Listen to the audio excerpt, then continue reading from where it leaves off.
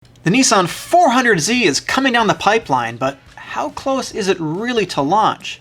And the upcoming M3 and M4 from BMW are getting very close to launch, and I got a lot of information about the powertrain on that. So it's a big show, you don't want to miss it. When BMW produces a new vehicle like the 3 Series, the M always comes a little bit after that. So the BMW M3, which currently, or actually it's out of production now, the F80, that was launched back in Detroit at the Detroit Auto Show in 2014. The M4 is also fairly new to the line. Previously, all we had was M3s. So you can still buy the M4. You can go on the website and configure it. It's got the S55 engine. Of course, it's an inline 6. It's a 3-liter, makes about 425 horsepower in current trim, and right now it starts at about $69,000. There have been several variations of this engine, going from about 405 horsepower up to about 500. So the S55, which is on its way out, it is based on the N55, and it features a twin-turbo closed-deck design, forged pistons, and a lightweight crankshaft. But recently, we've seen the M3 and the M4 twins testing on the Nürburgring, which of course is a racetrack in Germany, sort of a test track, where all the auto manufacturers take their high-performance cars to test. So what exactly can we expect from the upcoming M3 and M4? This is the G80 and the G82, so these are the new chassis names. We moved on from F to G. So according to BMW, we are expecting a gas mileage target of 21 to 22 miles a gallon. Not that exciting, but probably better than what you're getting now. We're definitely getting some revised suspension. They are going to be lighter, although we don't know by exactly how much. But most significantly, we're going to get 2 different models, 2 different horsepower levels. So we're going to get a 480 horsepower version with a 6-speed manual. Yes, save the manuals. Now please insert all the salty comments below about how manuals suck and they're slower and all that kind of crap. Hey, go ahead, comment below. If you want to drive a manual, you're not driving it because you want to get the ultimate performance out of your vehicle. You're driving it because of enjoyment. So, hey, all you salty anti-manual people, I'm glad we have a choice. And I'm really glad that BMW is giving us the choice too, because BMW has said that they are going to continue the manual transmission in the M3 and the M4 for the foreseeable future. For customers who prefer a puristic performance experience and particularly intense interaction with their vehicle, the model variants with a manual transmission constitute an offer that is unique in this segment, and that is true.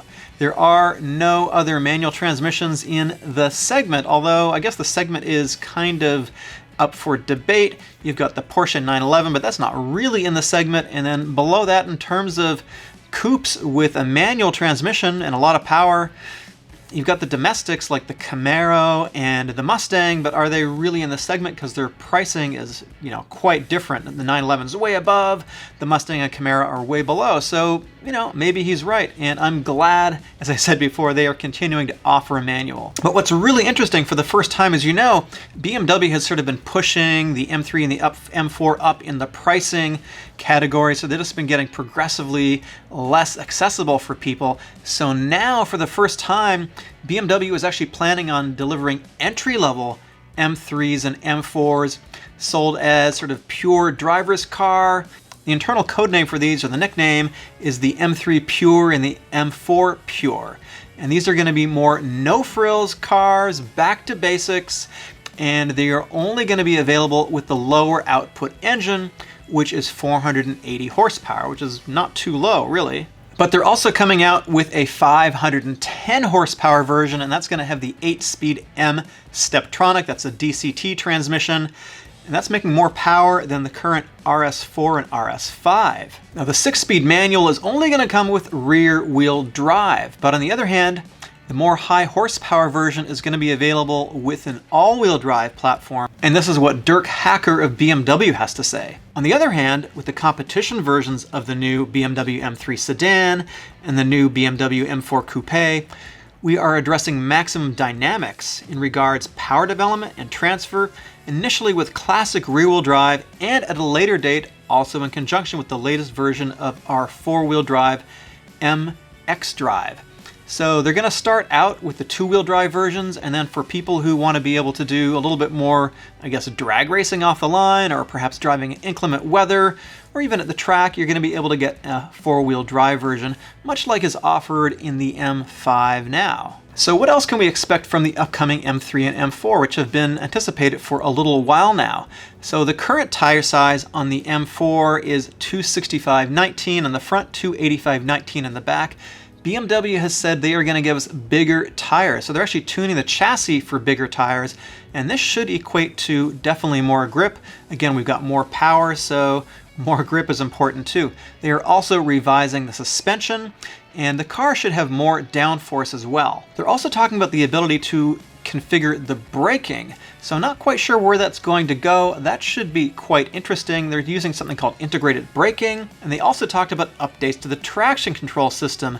They say to be guided very softly at the limit with less intervention. In my opinion, that's a really good thing because BMW's chassis stabilization system, I think they still call it M dynamic mode, is not very good. It really cuts in it's a very hard kind of cut in. When you're driving around in the street, you're driving in canyons, I think it's perfectly fine, but when you're at the track, the system comes in and it really cuts power very aggressively, it really intervenes very heavily, and it kind of spoils the fun. And if you want to go to the track, it really forces you to turn the traction control systems off. I know a lot of people are not going to advocate for that. I'm going to give you my opinion. I think that's fine to do if you have the requisite experience to do that. I certainly don't recommend turning off traction control at the track if you're a newbie. We're expecting these to be revealed in September. They should go on sale shortly after that. You should be able to get them sometime maybe later this year, maybe early next year, depending on the whole COVID production cycle. Next up, we are going to talk about the Nissan 400Z. This is my first video on the 400Z, and I do plan on following it pretty intently from this point on, so if you want more 400Z content, please go ahead and subscribe. Also, give this video a thumbs up. I really appreciate it. It helps get the video out to more people who want to hear the news. So the 400Z has sort of been rumored for quite a while, and now it is, of course, officially confirmed as of a couple months ago. One thing that we're seeing is a lot of really cool and interesting renders. Now, some of the renders have been good guesses, but since Nissan released this little teaser video a little while ago, we know that the front headlights are kind of oval. And we also know that Nissan is hearkening back to the 240Z. And the 240Z is a very classic shape. It's very simple and clean. I think it's very elegant. I think it's one of the great cars, the great looking cars that Nissan has produced. And there isn't a whole ton of info on the 400Z right now. Nissan has been very, very good about keeping everything on the down low. Of course, Nissan has had all kinds of interesting issues with their ex-CEO, Carlos Ghosn. In fact, I did a video on him. It's right over here. He fled Japan under the threat of criminal prosecution for allegedly, I guess, pilfering some money away from the company, and he ended up in Lebanon. But what do we know about the Nissan 400Z right now? So it is going to be a low volume car. Pretty much every sports car right now is a low volume car, other than like perhaps the Mustang, and while the Camaro is probably going away around 2023 as well. There's no plans to renew it. So it's definitely not going to be a high volume seller. And it's not really going to be on a new platform either. I'm going to talk about that in a second. So Nissan has something called the FM platform, and there's a lot of variations of it, obviously. It underpins the current 370Z, and the variation of that was also under the 350Z. It's also under the Nissan Q40. So Nissan has many, many variations of this platform, but it's the same underlying architecture they've been using for a long time. So we're not going to see truly a brand new platform for the 400Z. We're going to see something on an evolution of this FM platform. And there's been talk about 400 horsepower, and that supposedly is what the 400 and the 400Z, or 400Z if you're in the Commonwealth countries, apparently that's what the number is supposed to represent, although there's really been no confirmation of that so far. So what engines does Nissan have in their powertrain stable? Nissan is not a big manufacturer, and right now the VQ37HR is in the Z. It makes in the mid 300 horsepower range. There's been different configurations of it. Now there's also the VR38 engine, which is in the GTR. It has had various levels of power over the years, but currently it makes up to about 600 horsepower from the factory. But we know for a fact that engine is definitely not going to go in the 400Z. And why is that, all you salty commenters down below? Well, it's because the car costs well over $100,000, and Nissan is definitely not going to take their flagship engine and put it into pretty much their only sports car. I'd call it an entry-level sports car. They're not going to put it into that. It's not going to happen. So what else has Nissan got in the stable? So there's something called the VR30, which of course is a 3-liter engine, and it makes about 400 horsepower in the Nissan Skyline. It's got an aluminum block, it's a twin turbo setup, it's got twin water-to-air intercoolers. So I think that is the most likely engine right now that we're going to see in the 400Z. That's sort of what the rumor mill is spouting up, although there is no real good solid confirmation in the rumors. I don't speak Japanese, unfortunately. The rumors aren't that great over on this side of the Pacific. By the way, if you do have any rumors about any car, please feel free to contact me on Instagram or also on Signal. Signal is the same as my other handles. It's always RevMatchTV. The chassis, the FM platform will definitely need to be updated because it is not the stiffest platform anymore. As you remember, the 370Z debuted a little more than a decade ago, so this is not something new, so they're definitely going to have to stiffen it up. Definitely expect limited slip, and I think for them to be competitive, it's going to have some type of adaptive suspension. Now here's the big million-dollar question. Is it going to get a manual transmission? Now that's a very interesting question because currently the Q60 does not have a manual transmission. And in fact, manual transmissions are kind of going away right now. The overall take rate industry-wide is around 1% this year.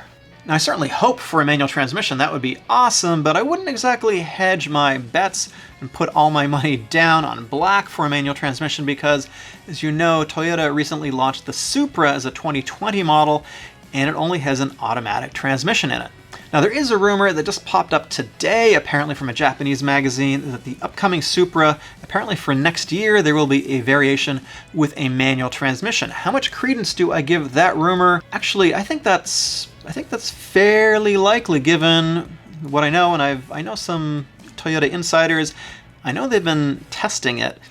I think it's possible, so just kind of, if you're looking for a manual transmission Supra, just, save a little bit of money. Back to the Z, of course, what else do they need to update? So the interior in the Z right now, it is awful. I'm sorry if I'm insulting people, it's an awful interior. It's extremely dated. It didn't look good in 2009, in my opinion. I don't think it's ever looked good. It's very cheap. It's full of hard plastics.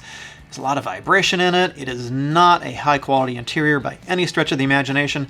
The chassis has been pretty good. The 350Z and the 370Z have become popular drift vehicles right now, but they really need to update the interior if they want to bring it up to contemporary standards. So here's another big question. What is the price going to be? So the Supra has been out for a year. Currently, the entry point for the 3-liter, the inline 6, is about $51,000. The 4-cylinder Supra is at about $43,000. And there's no manual, of course. So here's the big question. Can Nissan bring this in below the 4-cylinder Supra? That is a big question. Can they bring it in for like 40, 42, 43K? That would be pretty interesting. If they make it a little bit less like luxurious than the Supra, that would be a pretty good price point. I think they could sell okay at that price point. So the rumors as to when it's going to be available, apparently we're going to get it a little sooner than we thought. The rumor right now is spring 2021 debut and going on sale later in 2021. But what is the thing that might be holding the 400Z back? So here's the thing. Nissan is projecting a $4.5 billion annual operating loss for the fiscal year ending in March, just a couple months ago. $4.5 billion. And $1.5 billion was the loss in the last quarter. It's the second straight quarterly loss. Nissan is currently in a boatload of trouble as a manufacturer. They're definitely going through some difficulties. They're restructuring. I think in order for Nissan really to come out of this and survive on the other side, they need to focus on not developing cars that are just heavily used in rental fleets and that depreciate quickly. I think they need to go more in the Mazda route of developing higher quality cars that are more bespoke. They are more interesting to drive and appeal more to a smaller segment of the audience and have a higher quality. I think that's where Nissan really needs to go in order to get through this. If you want to see more automotive news, there are 2 videos on screen right now. Please subscribe. My name is Eric, and I will see you very soon.